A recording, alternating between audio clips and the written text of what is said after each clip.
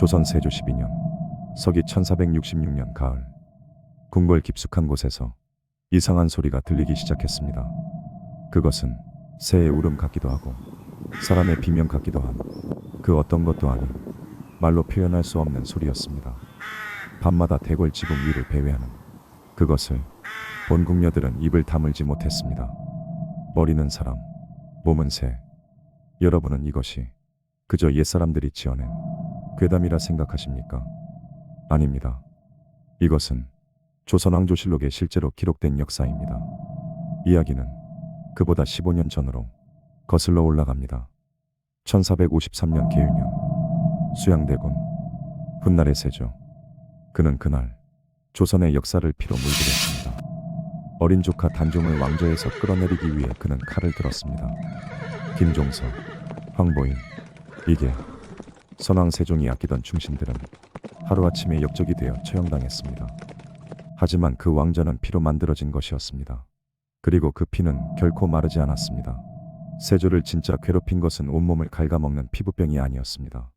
그것은 바로 어디에나 존재하는 시선이었습니다. 밤마다 침전의 어두운 병풍 뒤에서, 문틈 사이의 좁은 틈에서, 심지어는 자신이 마시는 찻잔의 수면 위에서조차 그는 보았습니다. 자신을 원망하듯 뚫어지게 쳐다보는 어린 조카의 그 서글픈 눈망울을 말입니다. 왕은 절규했습니다. 누가 나를 보느냐? 당장 불을 밝혀라. 하지만 불을 밝힐수록 그림자는 더욱 깊게 드리웠고 그 그림자 속엔 더 많은 눈들이 그를 기다리고 있었습니다. 그 시선은 침실을 넘어 나라를 다스리는 편전까지 그를 쫓아왔습니다. 정사를 돌보던 왕이 고개를 들면 엎드려 있는 신하들의 정수리가 어느덧 수많은 눈동자로 변해 자신을 노려보고 있었습니다. 붓을 들면 먹물 속에서 단종의 눈이 나타나고 밥을 먹으려 하면 숟가락에 비친 자신의 눈이 어느새 죽은 조카의 눈으로 바뀌어 있었습니다. 왕은 이제 누구도 믿을 수 없었습니다. 자신을 보좌하는 내관도 상궁도 모두가 자신을 감시하는 눈처럼 느껴졌습니다. 조선에서 가장 높은 자리에 앉았으나 그는 세상에서 가장 좁고 어두운 감옥에 갇힌 죄수가 되어버린 것입니다. 그렇게 심장이 다 들어갈 듯한 공포가 극에 달했을 때 저주는 드디어 그의 육체를 뚫고 나오기 시작했습니다. 잠결에 가려워 긁었던 팔등에서 기괴하게 일그러진 종기가 돋아났습니다. 그리고 왕은 보았습니다. 그 붉은 종기의 틈새로 마치 살아있는 듯 꿈틀거리는 작은 눈동자 하나가 자신을 비웃듯 쳐다보고 있는 것을 말입니다. 이제 저주는 환각을 넘어 그의 살과 뼈를 갉아먹기 시작했습니다.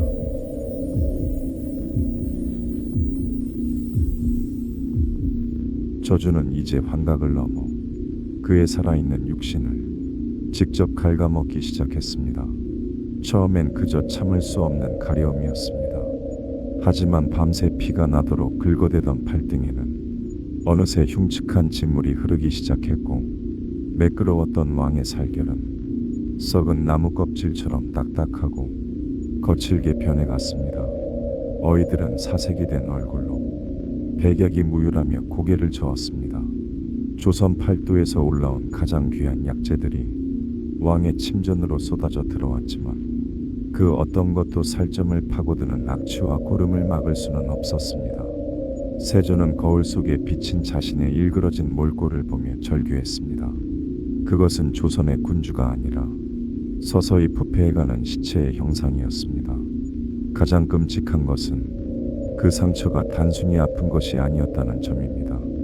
고름이 터진 자리는 마치 누군가 날카로운 손톱으로 후벼 판 듯한 자국을 남겼고 왕은 그 흉터 속에서 자신을 비웃는 단종의 일그러진 얼굴을 보았습니다. 왕은 저주를 씻어내기 위해 소문난 온천을 찾아 전국을 헤매었습니다. 오대산의 차가운 계곡물에 몸을 던져보기도 하고 불교의 힘을 빌려 수천 번의 절을 올리기도 했습니다. 살이 타들어가는 듯한 온천물에 몸을 담글 때마다 그는 차라리 이 육신이 녹아 없어지기를 바랐습니다. 하지만 뜨거운 증기 사이로 보이는 것은 치유의 희망이 아니라 자신을 향해 뻗어오는 원혼들의 검은 손길이었습니다. 어느 날 밤 깊은 산속 온천에서 홀로 몸을 씻던 왕은 기겁하며 소리쳤습니다. 맑았던 물이 순식간에 검붉은 핏빛으로 변해버린 것입니다. 그 피는 자신이 계유년 그날 궁궐 바닥에 뿌렸던 충신들의 피였을까요? 기도는 처절한 비명이 되었고 온 천물은 저주가 되어 그의 온몸을 옥죄었습니다. 이제 세조에게 남은 것은 왕저의 영광이 아니라 지옥 같은 육체의 감옥뿐이었습니다. 조선 세조 12년 1466년 9월 23일 승정원 일기와 실록은 차가운 문체로 그날의 기괴한 기록을 남겼습니다. 인수궁 안에 괴이한 새가 나타났는데 그 형상이 사람의 머리, 새의 몸이었다. 사람들은 그것을 인면조 라 불렀습니다. 궁녀들의 떨리는 증언에 따르면 그것은 분명 사람의 이목구비를 가졌으나 누구인지 알아볼 수 없을 만큼 일그러져 있었다고 합니다. 하지만 왕은 알고 있었습니다. 밤마다 대궐 지붕 위에서 구슬프게 울어대는 그 목소리가 17의 나이에 억울하게 죽어간 자신의 조카 단종의 원호님을 말입니다. 참으로 아이러니한 일이었습니다. 왕의 몸과 마음이 원혼의 시선에 갉아먹혀 광기로 치닫는 와중에도 그의 손은 조선의 기틀을 단단히 다지고 있었습니다. 육조직계제를 통해 왕권을 강화하고 조선의 법전인 경국대전을 편찬하며 변방의 적들을 소탕하는 강한 군주, 공이 크고 나라를 다시 세운 성군에게만 붙여진다는 이름 세조는 그 영광스러운 이름을 지키기 위해 더욱더 철저히 자신의 죄책감을 짓눌러야 했습니다. 나라를 바로 세울수록 그의 침전은 더 어두운 원망으로 가득 찼고 업적이 쌓일수록 그가 짊어진 피의 무게는 무거워져만 갔습니다. 결국 그것은 오직 왕에게만 보이는 형벌이었습니다. 아무도 없는 복도에서 들리는 발소리, 빈방에서 새어나오는 신음소리. 신하들은 고개를 숙인 채 침묵했지만 세조는 허공을 향해 칼을 휘두르며 절규했습니다. 누가 있느냐? 누가 감히 나를 노려보느냐?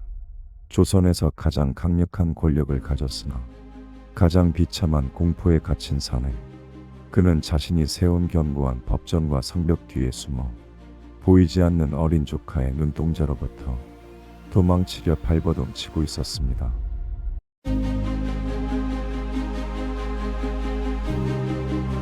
세조 1468년 9월 8일 조선의 7번째 왕, 조선을 피와 법도로 다스렸던 강한 군주 세조의 숨이 창덕궁 대교전에서 잦아들고 있었습니다.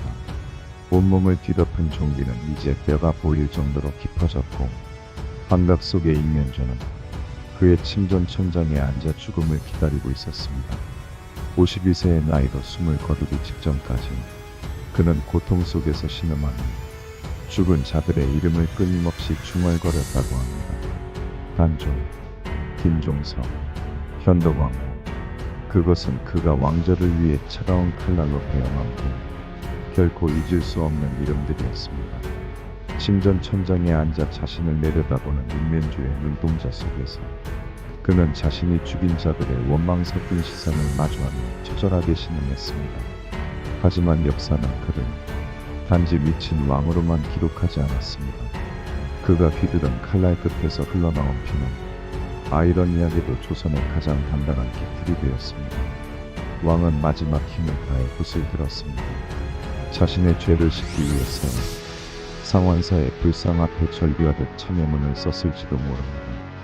하지만 역사는 그가 남긴 불후의 법전 경국대전과 북방의 적들을 떨리했던 강한 국방력만을 기록했습니다. 그는 나라를 다시 세운 꿈을 지대하다가 후세로부터 조라는 영광스러운 칭호를 얻었습니다. 정작 본인은 단 한순간도 단종의 서글픈 눈동자로부터 자유롭지 못했습니다. 화려한 업적이라는 빛 아래 가려진 한 군주의 처절한 그림자였습니다.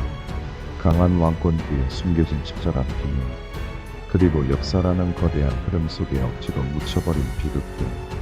화려한 업적이라는 빛 아래 가려진 한 군주의 처절한 어둠.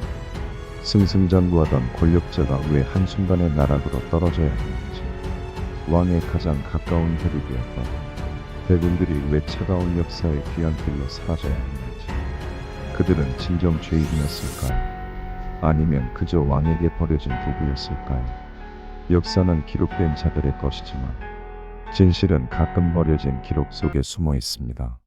권력의 정점에서 가장 낮은 곳으로 추락한 이들의 목소리에 귀를 기울여 주십시오. 우리는 기록된 영광 뒤에 숨겨진 버려진 이야기를 기억해야 합니다. 지금까지 세조의 저주 그 마지막 장이었습니다. 우리는 오늘 그 버려진 이야기의 한 페이지를 들여다보았습니다. 구독과 좋아요는 우리가 잊어버린 다음 이야기를 발굴하는 가장 큰 힘이 됩니다.